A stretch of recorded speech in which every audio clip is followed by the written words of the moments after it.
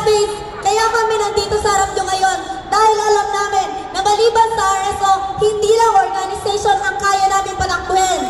Bakit kami tumatakbo, classmates? Marami nagtatanong sa lingap, bakit hindi kayo nagsasawang tumakbo? For 3 years, for past 3 years, you never win. You never won. Pero classmates, bakit?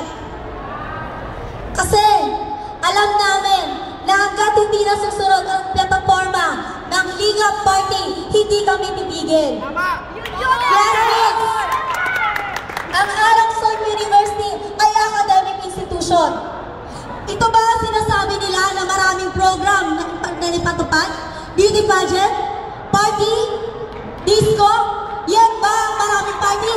I salute all the CSG na gumalaw. CSG na gumalaw, ngayong AUSG.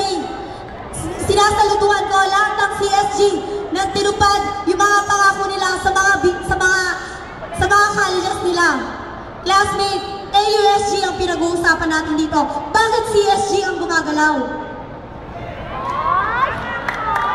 Classmates, may 5-point political reform agenda ang Lingap. Una, ang pagtatayo ng Centralized Student Action Center. Para saan ito? Ang Centralized Student Action Center o tinatawag namin SAC ay para rin sa inyo, Aramsonians.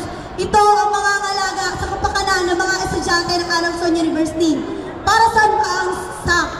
Ito ang magsisilbing tagapakinig ninyo sa lahat ng mga nais ninyong iparating sa administrasyon.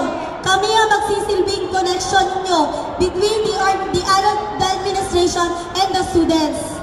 Classmates, kung may mga nais kayong iparating, ang Aramson University Student Government, kung sakaling mauupuan ng Lingap Party, ang magsisilbing connection ninyo para mapasabi lahat ng mga nais ninyong iparating.